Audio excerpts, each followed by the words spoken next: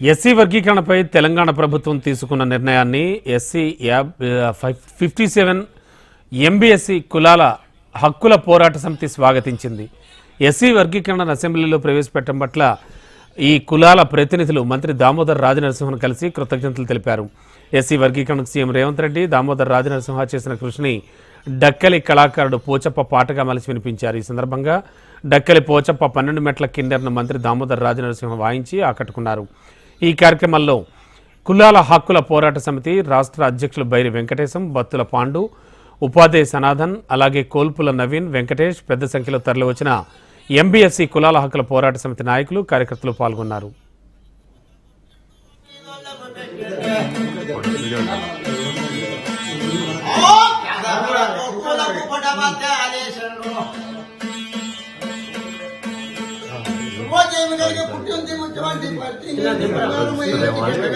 చెప్పండి